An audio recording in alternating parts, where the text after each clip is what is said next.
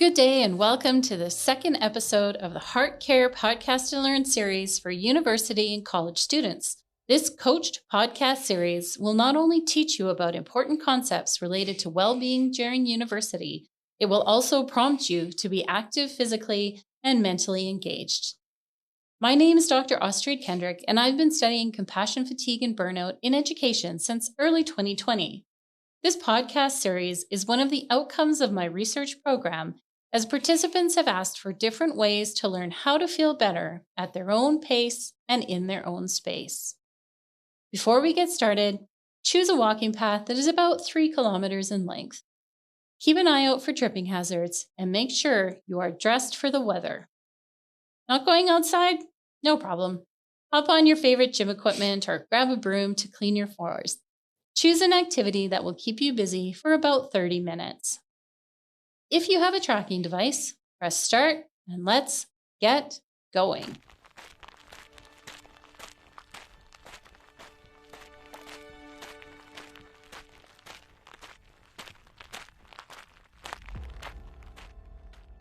Today's episode will introduce you to the signs and symptoms of burnout, an occupational psychological hazard that you might hear about a lot, but not know all the facts, symptoms, or risk factors.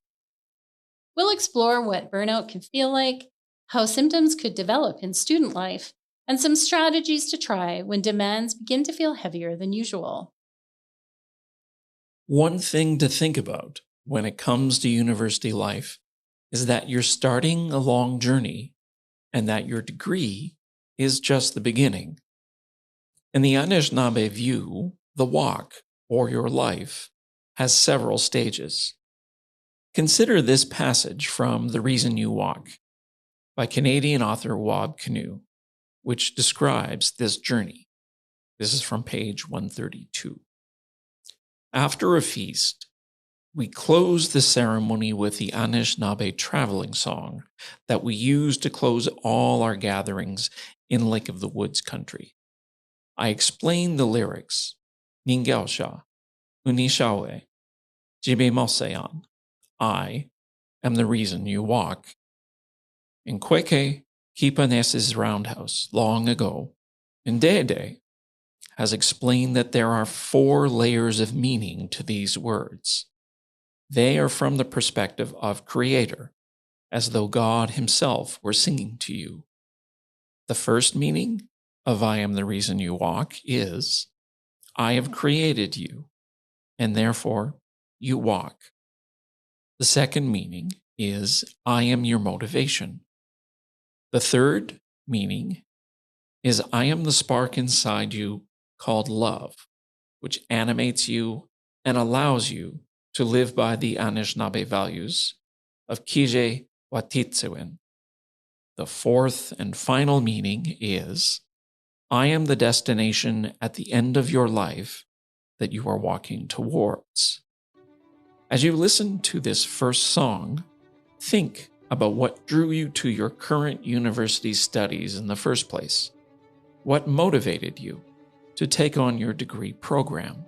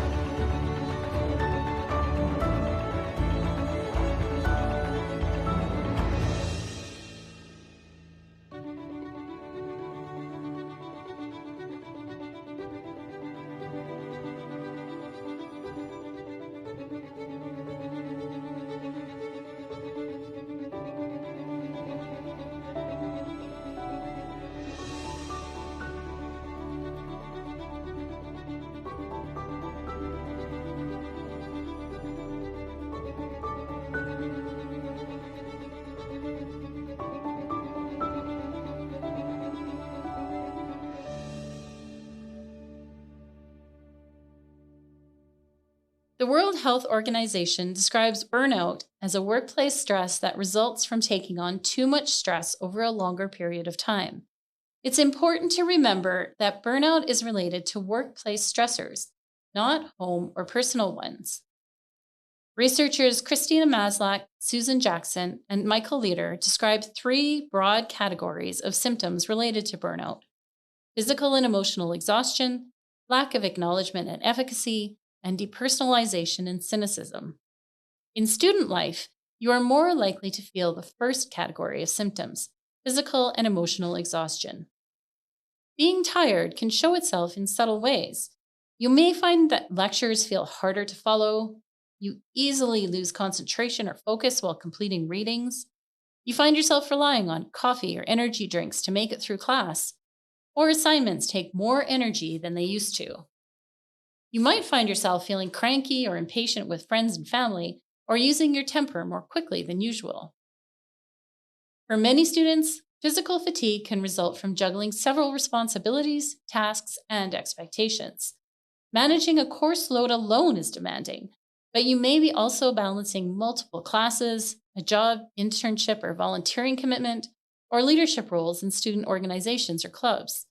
Adding family or cultural responsibility or managing new relationships can stretch anyone very thinly.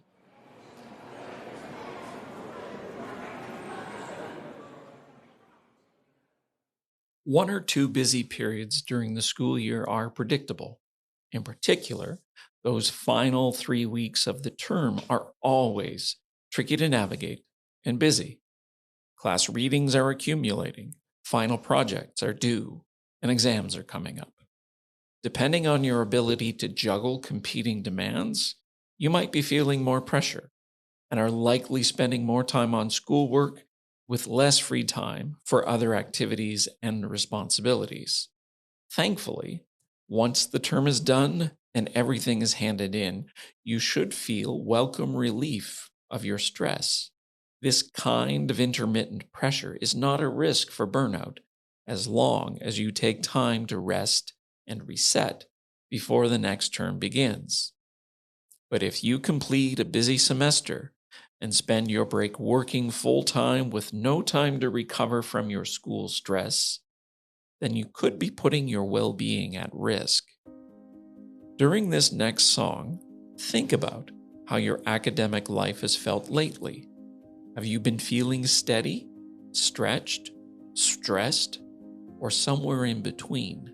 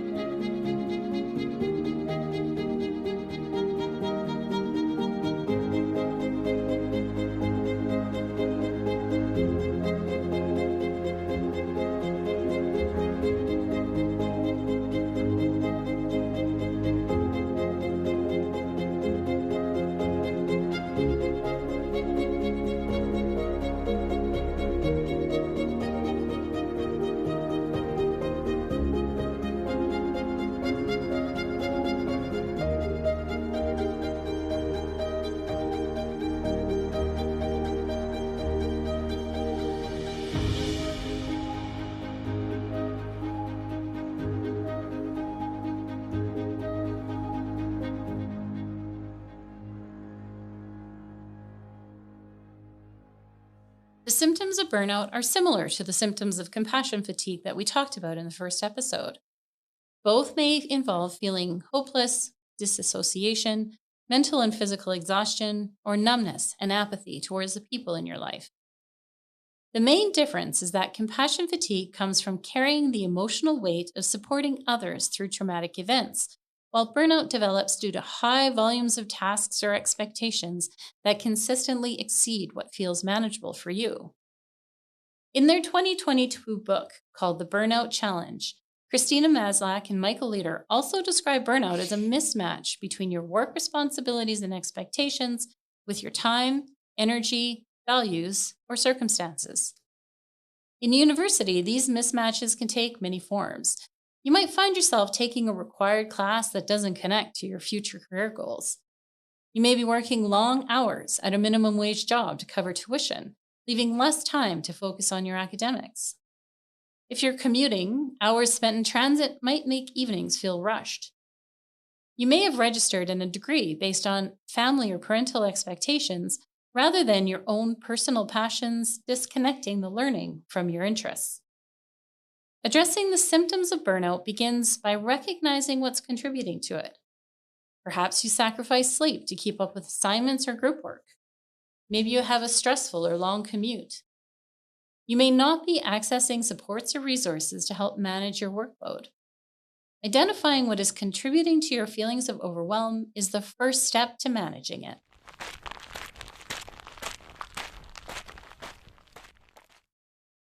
Preventing burnout isn't about eliminating challenges because university learning is rigorous and intensive. Small, steady adjustments to your daily schedule can make school feel more workable. You may notice that adding even one night of good sleep changes how the rest of the week feels. You might also need to communicate clearly with family members about how to shift and share personal commitments to prioritize your academic success. You might adjust your academic aspirations as well, deciding that doing good enough work in one class will allow you to focus on another. Other actions you could take include dropping a non-essential commitment for a semester, speaking with an instructor to clarify expectations or negotiate an extension to a due date, or meeting with an academic advisor to plan courses differently. These actions are not signs of failure. They are signs of adapting and knowing your mismatches. During this next song, think about one shift, even a tiny one, that might make your to-do list feel a little more manageable.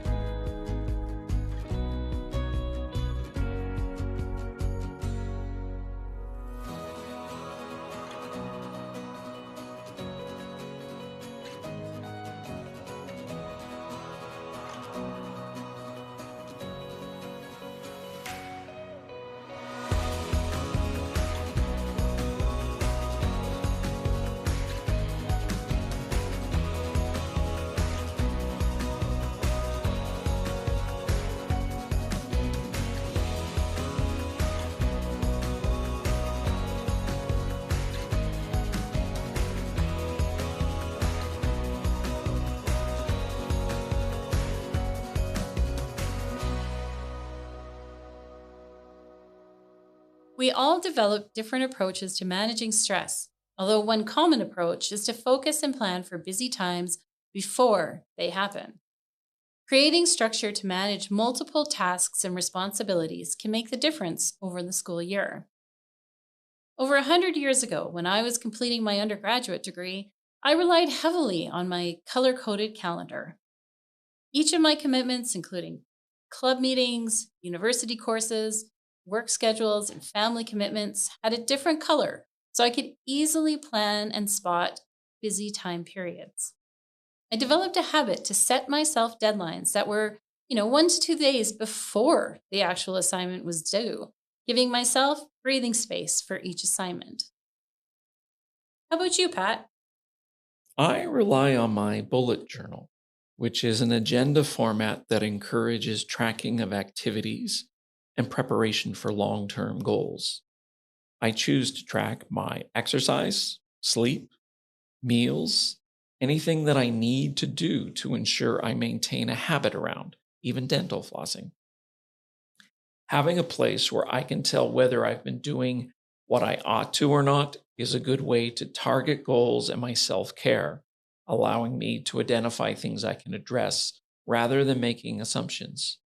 When I see what I have and have not been doing, it provides evidence to nudge me to start on projects and better self care or acknowledge a habit that's been undermining my well being. Some other time management strategies include scheduling regular study time, making regular appointments with instructors or a peer mentor in a difficult class, and choosing one day a week for rest. Daily habits can help too, such as stepping away briefly from your work, taking a short walk in nature, doing 5 minutes of seated stretching, or just finding a quiet space to reflect. Study groups may also be helpful.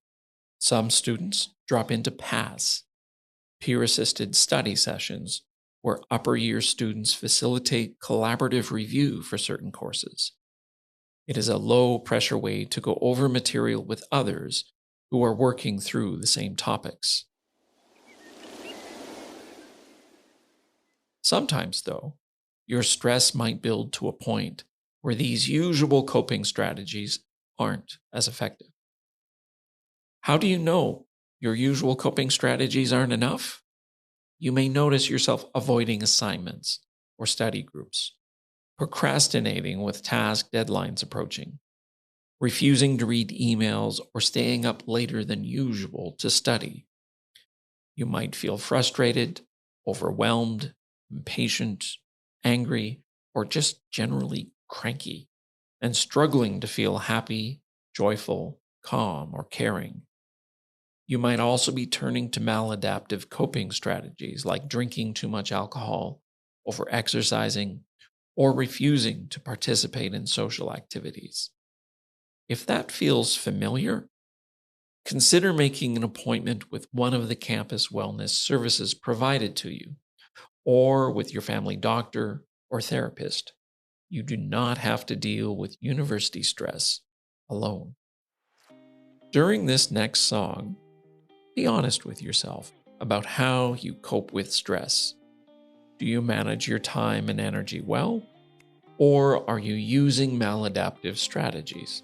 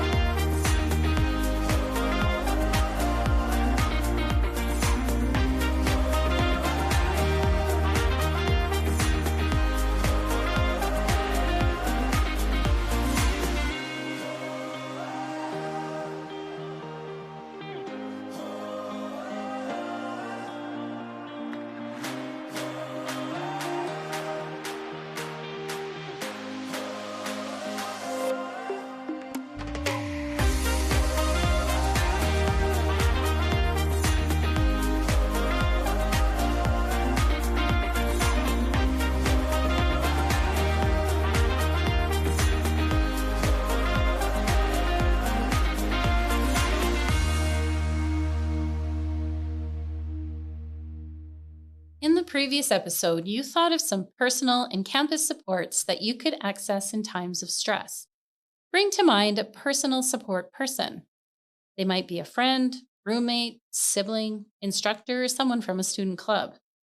When was the last time you spoke to this person? How did it feel to connect with them?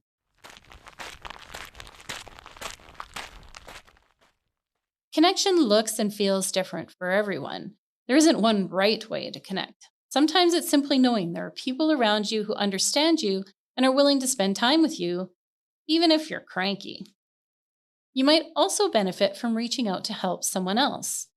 Research has shown that helping others can positively impact and reduce the symptoms of burnout. Sharing notes, studying together, or checking in with someone who's been absent can make everyday life feel better. Connection can make life feel lighter, even if the workload stays the same. By this time, you should be making your way back to your home base. Try moving a bit faster or go up a nearby hill. By getting your heart rate up, you will feel more benefits of this walk. For the last part of this walk, try greeting other people as you pass by. A greeting might be a small nod, a smile, a verbal good morning, or just a wave. Notice your emotional response when you are greeted by another human being.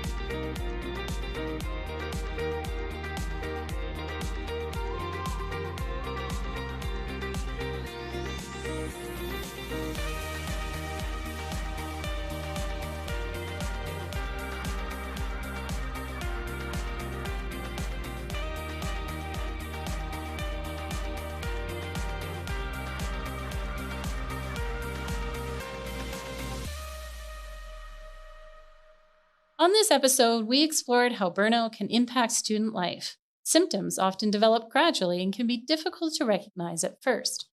Starting to feel overwhelmed or tired signals that academic, personal, or financial demands have stretched beyond what's sustainable. Small shifts like reaching out to a peer, adjusting routines, or asking for guidance can help to create more balance. Preventing burnout starts with understanding what's fueling the stress, making thoughtful changes where possible, scheduling time for rest, and staying connected to supportive people and resources.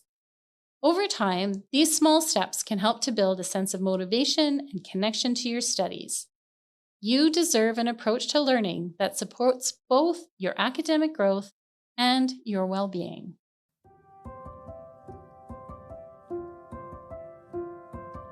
On our next episode, we'll be discussing setting goals and intentions to improve your individual well-being. Until that time, visit the University of Calgary's Community Mental Health Strategy website at www.ucalgary.ca/mentalhealth/getsupport or the HEARTcare Educators website at www.heartcareeducators.ca for more information and resources. Big thanks to the writers and producers on this episode, Pat Hanlon, Zach DeMello, and Muskan Pomery. Special shout out to Research Assistant Tracy Din who has been doing a lot of work behind the scenes on this project. I leave you with the words of Joe and Darcy Hendershot from Supporting the Wounded Educator on page 52. Good self-care should position us to handle the inevitable stresses of life, which in turn complements pursuing a healthy lifestyle, increasing our capacity for grit and resilience, and allowing us to be fully present and enjoy the fun moments of life. See you next time!